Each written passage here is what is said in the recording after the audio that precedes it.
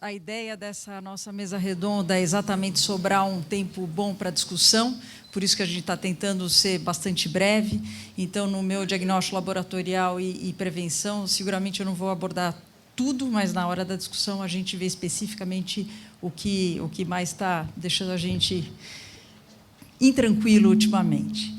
Então, tudo isso para falar para vocês que a gente precisa de diagnóstico laboratorial para ter certeza. E não é à toa que daqueles 404 casos que a Clery mostrou de microcefalia provavelmente relacionada ao Zika vírus, só 17 têm diagnóstico de certeza. Só 17. Por quê? Porque nós temos uma baita dificuldade de fazer diagnóstico laboratorial. Eu espero que essa dificuldade seja por pouco tempo. Eu espero que daqui a pouco tempo a gente esteja discutindo sorologia para todo mundo, sendo um exame rotineiro. Hoje isso ainda não é uma realidade, não é um exame rotineiro. Vocês vão ver que a gente consegue fazer aqui em São Paulo, mas são poucos os lugares que a gente está fazendo e o nosso paciente vai ter que pagar para fazer sorologia para Zika, se a gente assim solicitar. Bom, então, para fazer o diagnóstico laboratorial, é fundamental que a gente entenda isso daqui. Eu sei que é chato, mas é importante. Então, aqui é o período de incubação. Esse período de incubação é importante. Então, hoje, uma gestante procurou e falou: doutor, eu estava no shopping, fui picada por um mosquito zebrado. Certo? Todo preto e branco, corintiano ainda por cima. O que eu faço? Qual é o meu risco? O risco a gente não vai saber responder para ela. Ontem, não sei se vocês viram no Fantástico, falaram em 5% de risco.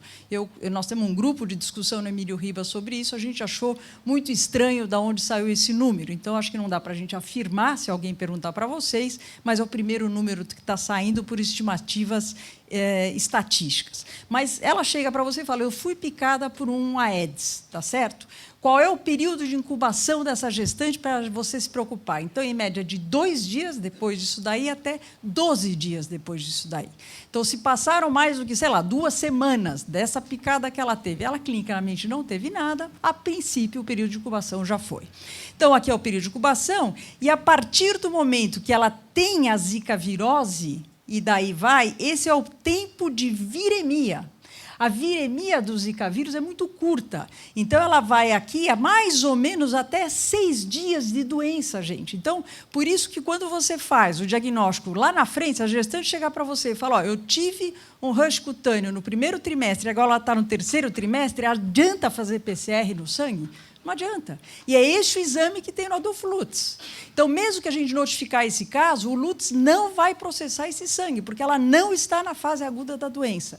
Esta viremia dura até mais ou menos 6 dias. Ou seja, a viremia é muito rápida e dá falso negativo. Então, outra dica para vocês. Colheu viremia, veio negativa e ela está no 6º dia, não afirme que não é Zika vírus. Certo?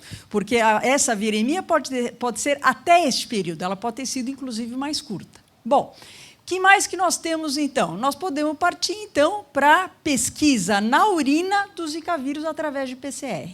A virúria dura mais do que a viremia. Então, se eu tiver que pedir um exame para essa minha gestante na fase aguda da doença, eu pediria a pesquisa do Zika vírus na urina por PCR. Quem está fazendo isso? O Lutz, se a gente estiver na fase aguda da doença, está fazendo isso, a gente tem que notificar o caso e enviar para lá, e, pelo menos, até onde eu sei, 3 laboratórios em São Paulo, vou falar os nomes, porque eu acho que tem que ser prático o negócio, né? O Fleury, o DASA e o Einstein estão fazendo os testes por PCR na urina e no sangue. Então, se for para pedir um exame, eu pediria a virúria, porque a virúria é um pouco mais prolongada. E, segunda coisa importante, tem mais vírus na urina do que no sangue. Então, a sensibilidade do método na urina é melhor do que eu pedir no sangue. Tá? Bom, passou esse período, não estou mais na fase aguda, ela me procurou depois de 10 dias, o que eu faço? A partir de agora, eu posso lançar mão de sorologia, para ter IgM e IgG. A sorologia a gente faz a partir do 8º dia do quadro clínico, tá certo? Antes disso, de novo, pode vir negativo e ser um falso negativo. O exame da sorologia, ninguém está fazendo no Brasil. Então, se você pedir hoje no Fleury, esse exame é coletado e vai para a Espanha. E daqui a 2 semanas volta com o resultado. Então, assim, não podemos ter pressa para pedir a sorologia, e a sorologia a gente pede aqui. Qual a importância da sorologia? E é isso que, por exemplo, o Adolfo Lutz não faz sorologia, é só PCR.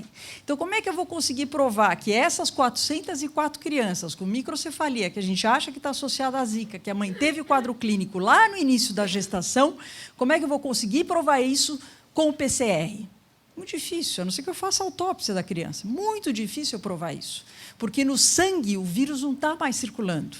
Na gestante o vírus não está mais circulando. Ele já circulou lá atrás. Então, qual é a arma que eu tenho? Sorologia. Se eu conseguir fazer pesquisa de anticorpos contra o Zika vírus, a coisa melhora bastante.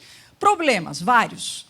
A gente ainda não sabe se quem tomou vacina de febre amarela pode ter falso positivo, a gente não sabe se quem teve dengue pode ter falso positivo, então esse exame está sendo validado, mas, sem dúvida, é uma das coisas que a gente já está lançando mão, e nós temos um caso, né, Moron, que nasceu lá no Santa Joana, que a única coisa que deu positiva no feto com microcefalia, história de exantema da mãe, foi sorologia. Ela tem a sorologia positiva do feto. Ela não, o feto, o bebê, né, que já nasceu, o recém-nascido tem sorologia positiva. Tá? Então, isso é importante. E por isso que quem usa Santa Joana e Promatre vão ver que hoje, no nosso pronto atendimento, tem um kit de gestante com exantema, porque é muito complicado. Neste kit faz parte essa folha. Esta folha, gente, está escrito aqui, Zika vírus, sorologia e IgM, a partir do 8º dia, porque vocês não têm obrigação de decorar esses prazos todos, até quando eu colho chikungunya, a partir de quando que eu colho dengue. Então, a gente já deixou um kit que está no PA do Santa Joana e da Promatre Paulista, inclusive para ajudar os colegas, e daí eu já faço propaganda do nosso aplicativo, que nós estamos lançando hoje. Gestante com exantema já está no nosso aplicativo, o que fazer, quando fazer e quando coletar. Então, pelo menos, já é um bom motivo para vocês baixarem no celular de vocês o nosso aplicativo. Então, isso está lá exatamente para a gente poder saber quando pedir o quê. E não é para vocês lerem, é só para vocês saberem que também já está no nosso aplicativo e está no PA do Santa Joana e da Promatre Paulista. O que fazer, aqui está escrito, gestante com exantema associado a febre, mialgia e artralgia. O que eu faço? Por onde eu começo? É um fluxograma complicado que nós demoramos muito para chegar nisso daqui. E aqui é uma gestante que tem história de exantema passado. Hoje ela não está com exantema, mas ela me refere que ela teve exantema há 3 semanas atrás. Então, o que você faz, o passo a passo. Então, isso, gente, não é a nossa função hoje, ficar discutindo esse fluxo com vocês. Isso está aí, está no PA do Santa Joana e da Promatre, então é importante que a gente saiba que esse fluxo está desenhado. Muito provavelmente nós vamos mudar a cada 2 semanas isso, porque é assim mesmo, está tudo muito dinâmico. Então, se a gente mudar, é porque é assim mesmo e a gente tem que estar no dia a dia. Então, em termos de prevenção, o óbvio, gente, eu não vou ficar falando muito sobre isso, que a gente está sendo, né, massacrado com isso. Mas, obviamente, evitar a picada do mosquito seria, sem dúvida, uma das coisas mais importantes. Para isso, nós temos uma lista no próprio site da Anvisa, de quais são os repelentes que são aprovados pela Anvisa, essa coisa de, sei lá, cada dia tem um repelente novo, natural, que faz, que passa. Não, nós temos que recomendar o que está realmente documentado e que tem alguma evidência, que está lá no site da Anvisa. Eu prefiro a icaridina, que é o Exposes, exatamente porque ele tem uma ação um pouco mais prolongada do que os outros repelentes. Manga comprida e calça comprida, a gente tem que recomendar isso para as nossas gestantes. Usar roupa clara, parece que o mosquito é muito mais atraído por roupas escuras e por sudorese, então a roupa clara evitaria um pouco isso, então seria uma sugestão também. Evitar perfume, também tem alguma sugestão na literatura que o mosquito pode ser atraído por perfume, então a gente sugere desodorante sem perfume, evitar isso para evitar a picada do mosquito. E, por último, que é extremamente controverso, nós não temos evidência na literatura, é o uso do complexo B. Quando me perguntam, eu falo, olha, quer tomar, toma, mal não faz. Mas, assim, não temos evidência na literatura que usar o complexo B realmente evita a picada do mosquito. Evitar criador do mosquito, não vou ficar falando sobre isso, tá certo? Não que não seja importante, mas é que a gente já ouviu bastante sobre isso. Eu acho esta uma dica fundamental, passar repelente nos sintomáticos. Então, se alguém tiver com sintoma de zika, chikungunya ou dengue, esta pessoa tem que ser passado repelente, porque a o mosquito fêmea só vai se infectar, e uma vez que ela se infecte, é para o resto da vida, se ela picar alguém que está com a viremia. Então, se ela picar alguém que hoje tem viremia para qualquer um dos três, daí sim você vai ter um mosquito infectado. E esse mosquito infectado é que pode, eventualmente, infectar as outras pessoas. Então, para cada um de nós, se a gente conseguir falar, isso é uma coisa bastante importante que a gente esquece. Está doente, já foi, esquece. Não, não é assim. Precisa passar o repelente nessa pessoa. Evitar contato com sintomáticos. E daí vem uma grande discussão. Como é que é feita o raio da transmissão além do mosquito? Vocês viram, temos 3 relatos na literatura de muito possível transmissão por relação sexual. Então, se vocês forem ler hoje, CDC, os ingleses, o nosso ministério... Não, o nosso ministério ainda não colocou, mas os outros falaram que a gente deve... Deixa eu só colocar. Então, nós vamos discutir relação sexual, amamentação, saliva e urina. Então, na relação sexual, está todo mundo sugerindo que, se o marido tiver um quadro clínico que pode ser compatível com Zika, evitar contato sexual sem proteção. Por quanto tempo? Daí tem uma discussão. O CDC está falando que é durante toda a gestação. Então, se o marido teve qualquer quadro exantemático, ele deveria usar preservativo na relação com a mulher até o final da gestação. E os ingleses estão recomendando 6 meses de uso de barreira após um quadro clínico, no caso de ser Zika, do marido do parceiro sexual. Importante não, curioso, por enquanto, os 3 casos descritos de transmissão por relação sexual são todos do homem para a mulher. Ainda não tem nenhum caso de descrição da mulher para o homem, mas a gente imagina que seja uma questão de tempo. Nós sabemos que tem mais vírus no sêmen do que no sangue.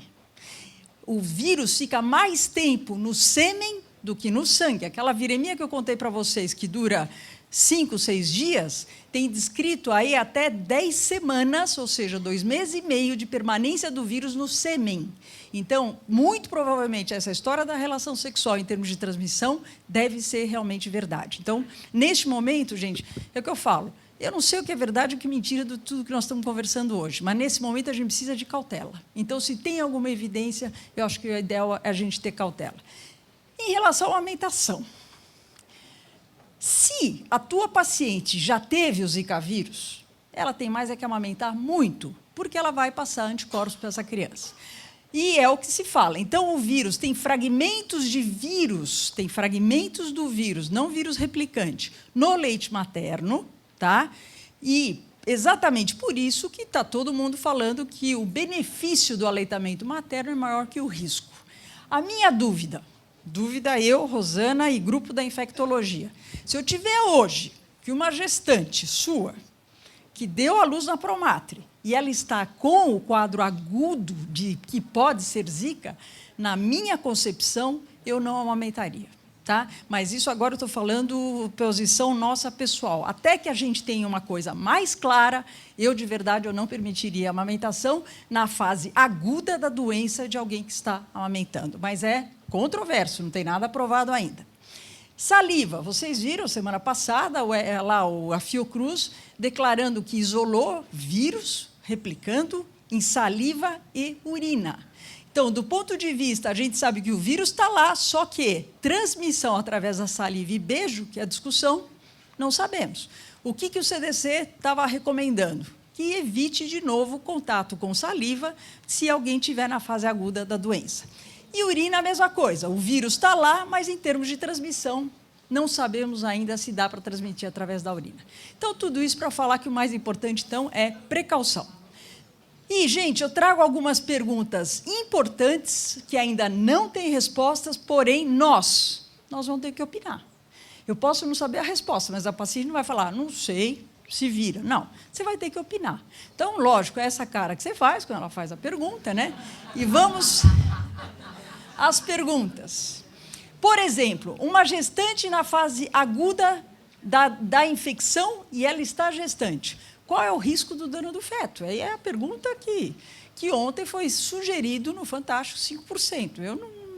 Eu acho que é um pouco cedo para a gente afirmar qualquer coisa. Segundo, Uma mulher que está em idade fértil, ela quer engravidar e ela teve a infecção, ela teve um quadro sugestivo de Zika vírus, se a epidemia for realmente vier do jeito que a gente está imaginando, quanto tempo ela deve esperar para poder engravidar?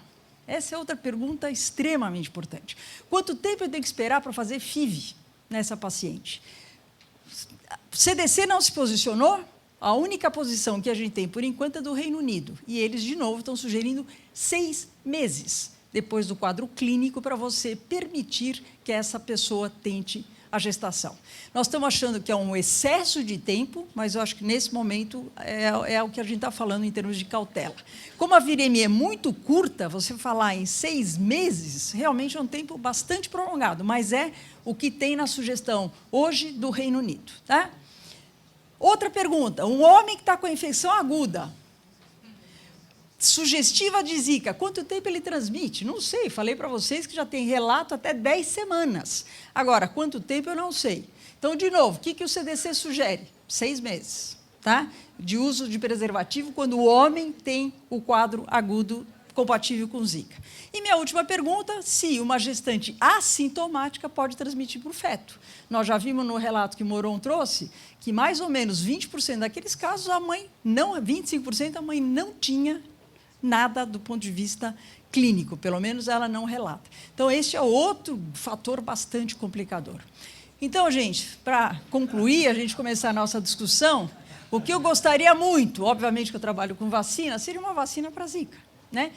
A Sanofi Pasteur já anunciou que está começando a ir atrás dessa vacina, agora já tem uma briga do Butantan com a Biomanguinhos em termos de recursos para desenvolver uma vacina, mas é que o Renato está aqui, o Renato Kifuri também trabalha com imunização, a gente imagina que de você iniciar, né, a pesquisa em cima de uma vacina e você ter efetivamente uma vacina, para a dengue foram 20 anos de pesquisa. Para a Zika, a gente acha que vai ser menor, exatamente por já ter uma familiaridade com o vírus da dengue, mas eu imagino que não antes, não sei o que você chutaria, não antes de 2018, na minha cabeça. Tá? E nós temos muita dúvida, gente. Não vamos criar e alimentar mitos desnecessários. Isso todo dia na internet tem um mito novo, que a gente realmente tem que combater e ver que isso não é verdade. Tá bom? Então, com isso, eu agradeço a atenção de vocês e vamos agora para a discussão.